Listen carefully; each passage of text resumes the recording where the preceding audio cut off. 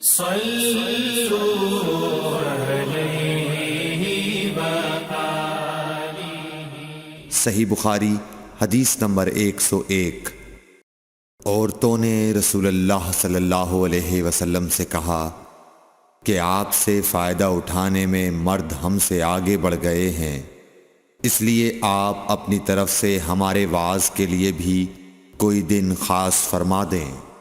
تو آپ صلی اللہ علیہ وسلم نے ان سے ایک دن کا وعدہ فرما لیا۔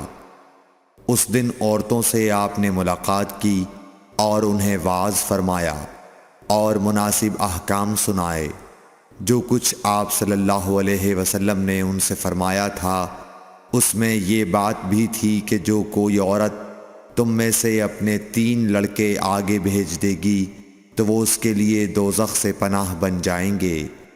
اس پر ایک عورت نے کہا اگر 2 بچے بھیج دے؟ آپ نے فرمایا ہاں، اور 2 کا بھی یہ حکم ہے۔ صحیح بخاری حدیث نمبر 102۔ حضور اکرم صلی اللہ علیہ وآلہ وسلم نے فرمایا کہ ایسے 3 بچے جو ابھی بلوغت کو نہ پہنچے ہوں۔ صحیح بخاری حدیث نمبر 103۔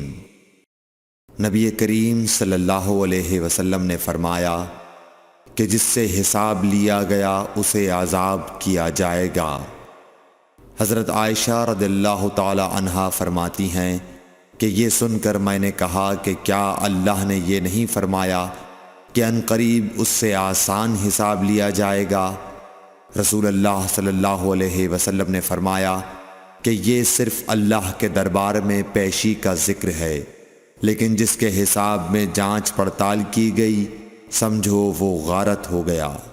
صحیح بخاری حدیث نمبر 104۔ رسول اللہ صلی اللہ علیہ وسلم نے اللہ کی حمد و ثنا بیان کی، پھر فرمایا کہ مکے کو اللہ نے حرام کیا ہے، آدمیوں نے حرام نہیں کیا۔ تو سن لو کہ کسی شخص کے لیے جو اللہ پر اور یوم آخرت پر ایمان رکھتا ہو جائز نہیں ہے کہ مکے میں خون ریزی کرے یا اس کا کوئی پیڑ کاٹے۔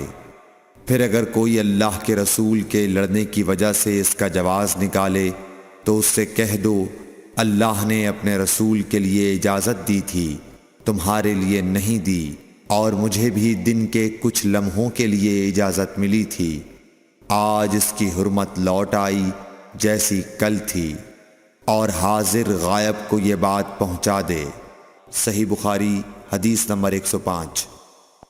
ایک مرتبہ ابو بکر رضی اللہ عنہ نے رسول اللہ صلی اللہ علیہ وسلم کا ذکر کیا کہ آپ صلی اللہ علیہ وسلم نے فرمایا تمہارے خون اور تمہارے مال، محمد کہتے ہیں کہ میرے خیال میں آپ نے اعراضکم کا لفظ بھی فرمایا، یعنی اور تمہاری آبروئیں تم پر حرام ہیں، جس طرح تمہارے آج کے دن کی حرمت تمہارے اس مہینے میں۔ سن لو یہ خبر حاضر غائب کو پہنچا دے۔ اور محمد راوی حدیث کہتے تھے کہ رسول اللہ صلی اللہ علیہ وسلم نے سچ فرمایا۔ پھر دوبارہ فرمایا کہ کیا میں نے اللہ کا یہ حکم تمہیں نہیں پہنچا دیا؟ صحیح بخاری حدیث نمبر 106۔ رسول اللہ صلی اللہ علیہ وسلم نے فرمایا کہ مجھ پر جھوٹ مت بولو، کیونکہ جو مجھ پر جھوٹ باندھے وہ دوزخ میں داخل ہو۔ صحیح بخاری حدیث نمبر 107۔ رسول اللہ صلی اللہ علیہ وسلم نے فرمایا کہ جو شخص مجھ پر جھوٹ باندھے گا وہ اپنا ٹھکانہ جہنم بنا لے۔ صحیح بخاری حدیث نمبر 108۔ نبی اکرم صلی اللہ علیہ وسلم نے فرمایا کہ جو شخص مجھ پر جان بوجھ کر جھوٹ باندھے تو وہ اپنا ٹھکانہ جہنم میں بنا لے۔ صحیح بخاری حدیث نمبر 109۔ رسول اللہ صلی اللہ علیہ وسلم نے فرمایا کہ جو شخص میرے نام سے وہ بات بیان کرے جو میں نے نہیں کہی تو وہ اپنا ٹھکانہ جہنم میں بنا لے۔ صحیح بخاری حدیث نمبر 110۔ رسول اللہ صلی اللہ علیہ وسلم کا فرمان ہے کہ اپنی اولاد کا میرے نام کے اوپر نام رکھو مگر میری کنیت اختیار نہ کرو، اور جس شخص نے مجھے خواب میں دیکھا تو بلا شبہ اس نے مجھے دیکھا، کیونکہ شیطان میری صورت میں نہیں آ سکتا، اور جو شخص مجھ پر جان بوجھ کر جھوٹ بولے وہ دوزخ میں اپنا ٹھکانہ تلاش کرے۔ Thanks for watching. Don't forget to like, comment, share and subscribe to